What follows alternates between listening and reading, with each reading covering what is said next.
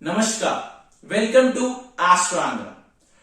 आज हम जिस टॉपिक पे बात करने जा रहे हैं उस टॉपिक का नाम है लाल किताब के मसनूई ग्रह। तो मसनूई ग्रह क्या है? मसनूई ग्रह को एक आसान भाषा में बोलूं तो आर्टिफिशियल प्लैनेट्स। हमें ये प्रतीत होता है कि कोई जब दो ग्रह आपस में युति करते हैं तो एक तीसरा प्लैनेट हमें मिलता है। यह है मसनूई ग्रह का आसान सा अर्थ। लेकिन इसे अगर हमें डीप समझना है और एक एग्जांपल के थ्रू समझना है तो वो मैं आपको अब बताता हूं। मान लीजिए मेरे पास कोई दो रंग है। जब वो दो रंग मैं मिलाता हूं तो मुझे एक तीसरा रंग मिलता है। इसी तरह जब भी कुंडली में किन्हीं दो ग्रह की युति होती है तो मुझे एक तीसरा रंग या प्लैनेट मिलता है। उस प्लैनेट से मैं ये सिग्निफाई करता हूं कि वो कौन से रंग का है। मान लीजिए वो सूर्य का रंग का है तो वो सूर्य को डिनोट हो जाएगा, लेकिन उसकी नेचर में जमीन और आसमान का फर्क होगा, क्योंकि वो एक आर्टिफिशियल प्लैनेट है। असली का सूर्य नहीं है, एक आर्टिफिशियल। और आर्टिफिशियल और ओरिजिनल में उतना ही फर्क है जितना जमीन और आसमान में। तो इसलिए आर्टिफिशियल प्लैनेट आपको सूर्य का 50% रिजल्ट देता है, लेकिन उस 50% के साथ 50% कोई ग्रह भी खराब होगा। जो भी ग्रह खराब होगा वो आपको प्रॉब्लम्स भी देगा। तो चलिए सबसे पहले पहला मसनूई ग्रह जो कि बृहस्पति है। हम जानते हैं कि बृहस्पति किन दो ग्रह से मसनूई बनता है और उसका क्या क्या फल है। क्योंकि मसनूई ग्रह अगर आपने लाल किताब में मिस कर दिए या पढ़े नहीं है तो अवश्य आपकी कोई भी प्रेडिक्शन सही नहीं जाने वाली है, क्योंकि बहुत सारे लोग इनको अलग अलग ट्रीट करते हैं। जब भी आप इनको जुदा जुदा ट्रीट करोगे तो आपकी प्रेडिक्शन सही नहीं जाएगी। इसलिए नहीं जाएगी क्योंकि इस समय आपको उस घर में मान लीजिए सूर्य और बृहस्पति आपके प्रथम भाव में स्थित है। इस अवस्था में आपके लगन में सूर्य और बृहस्पति स्थित नहीं है। इस अवस्था में आपका चंद्रमा लगन में स्थित है। आपको चंद्रमा की प्रेडिक्शंस देनी है प्रथम भाव में। ये चीज ध्यान में रखें। अब हम बात करने जा रहे हैं बृहस्पति के मसनूई ग्रहों के बारे में। तो बृहस्पति किन दो ग्रहों से मिलकर बनता है? बृहस्पति सूर्य और शुक्र की युति से बृहस्पति बनता है, जो कि औलाद की पैदाइश का कारक है, खाली हवा है। अब मैं आपको समझा देता हूं। शुक्र देव बृहस्पति के शत्रु हैं और सूर्य देव बृहस्पति देव के मित्र हैं। तो इस अवस्था में जब भी ये बृहस्पति बनेंगे, मतलब आर्टिफिशियल बृहस्पति बनेंगे, तब सूर्य जो है वो शक्तिशाली हो जाएंगे और शुक्र देव जो है वो निष्फली हो जाएंगे, आपको खराब रिजल्ट देना शुरू कर देंगे।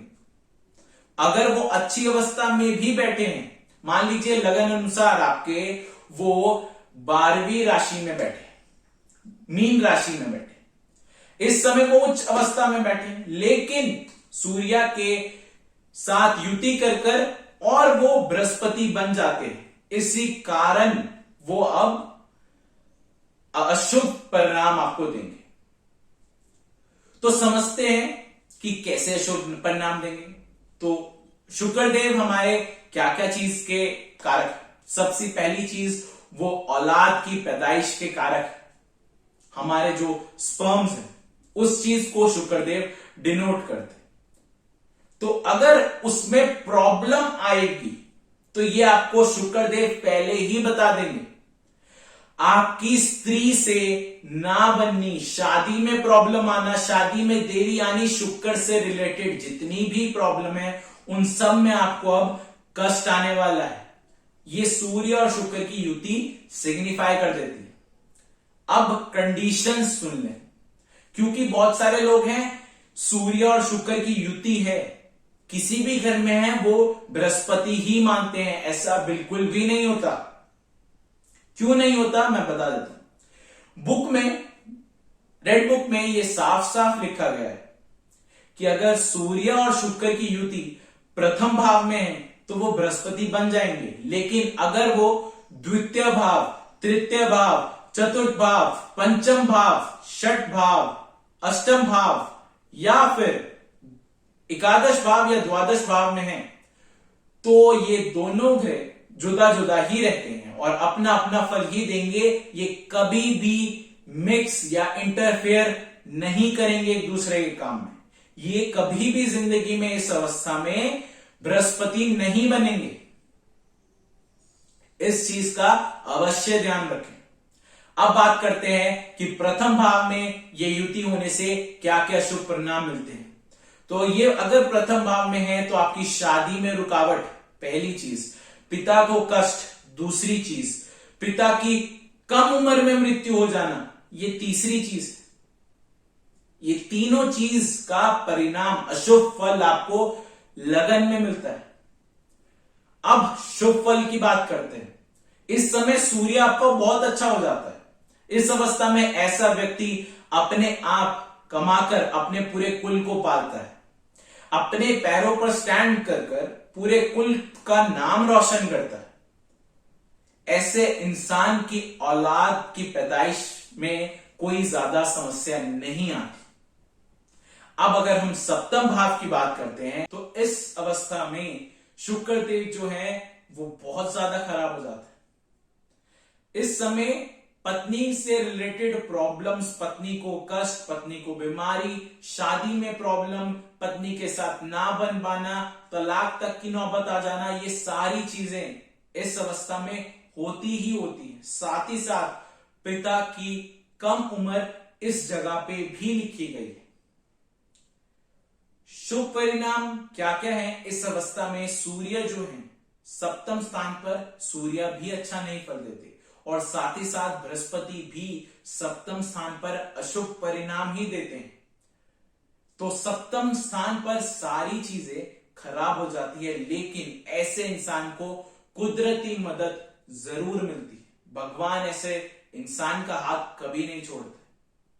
औलाद की पैदाइश की कमी भी यहां पर भी आती है।